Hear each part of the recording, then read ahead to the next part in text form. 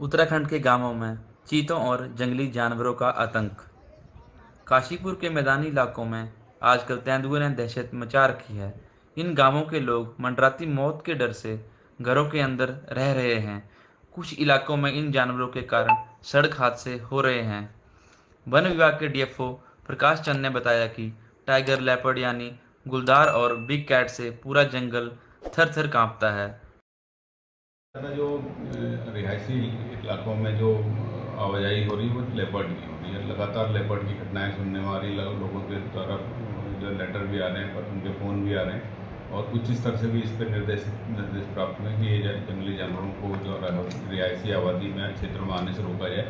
तो उस संबंध में ये अवगत कराना है कि वास्तव में स्थिति यह है कि जंगल में अभी जैसे आपको पता ही है, टाइगरों का एस्टिमेशन का रिजल्ट आया है तो टाइगर की संख्या बढ़ी है।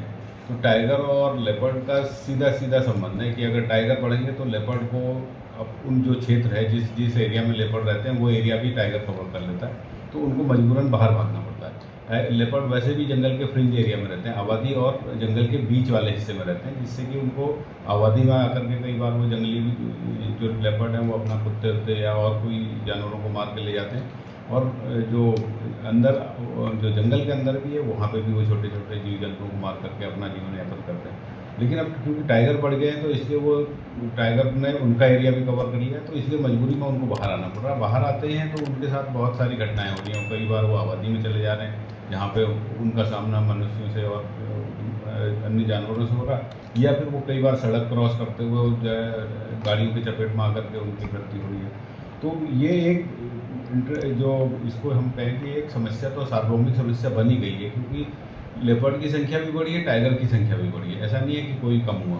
तो जैसे जैसे संख्या बढ़ी है वो आबादी वो जंगल छोड़ करके आबादी में, और आबादी में भी ये तराई की एरिया में, क्योंकि गन्ने की खेती बहुत बहुतायत में होती है। गन्ने की खेती जो होती है उस गन्ने की खेती में उनको पूरे साल लगभग उनको शेल्टर मिलता है, और वहीं पे उनको जो है खाने के लिए अपना जो है जंगली सुअर भी उसके अंदर आ जाते हैं, और जो और भी चीज़ें जो उसके अंदर वो मिल जाती है। तो और आसपास के फिर वो बाहर निकल के जो आबादी है वहाँ के जानवरों को भी वो मारना शुरू करते हैं। तो ये उनका शेल्टर लगातार हो जाता है। तो जब वो उनको वहाँ एक सेफ स्पेस मिल जाता है तो फिर वो जंगल की तरफ नहीं जाते हैं। उसी चक्कर में ये जो है लगातार जो इनके साथ में ये जो बिहेवियरल चेंज हुआ है वो यही हुआ कि जंगल जो लेपर्ड ने ज़्यादातर एरिया जहाँ पे उनको टाइगर द्वारा कवर कर लिया गया उसको छोड़ करके आबादी की तरफ नज़दीक आ गया। ये हमारा लगातार प्रयास है कि इस तरीके की सिचुएशन को रोका जाए। आबादी मानव वन्यजीव संघर्ष को रोकने के लिए लगातार हमारे उच्च स्तर से भी और लगातार निर्देशित किया जा रहा है, प्रयास किए जा रहे हैं। हम लोग भी लगातार प्रयास कर रहे हैं। जहाँ पे भी कहीं किसी भी क्षेत्र में अगर वो वन्यजीव की आवाजाही दिखती है तो तत्काल हमारे उच्च स्तर से हम चीफ वाइल्ड लाइफ वार्डन से परमिशन लेकर के पिंजरा लगा करके उसको वहाँ से शिफ्ट करते हैं, और ऐसी जगह पर उसको छोड़कर जहाँ पर कि उनकी आबादी कम है या जहाँ पे वो उसको किया जा सकता है, रिलोकेट किया जा सकता है। तो ये इस तरीके का प्रयास हमारी तरफ से लगातार किया जाता है। बिग कैट की फैमिली में टाइगर सबसे ताकतवर होता है और अपनी राजशाही में सबका शिकार करता है, और उसकी खौफ की वारसात पूरे जंगल और आसपास के क्षेत्रों में होती है। उधम सिंह नगर के पास जिम कॉर्बेट पार्क में भी इसका एक छतर राज है।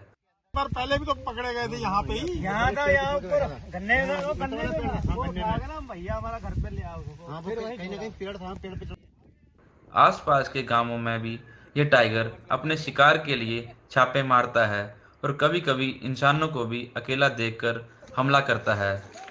उधम सिंह नगर से न्यूज़ ऑन रडार के संवाददाता की रिपोर्ट।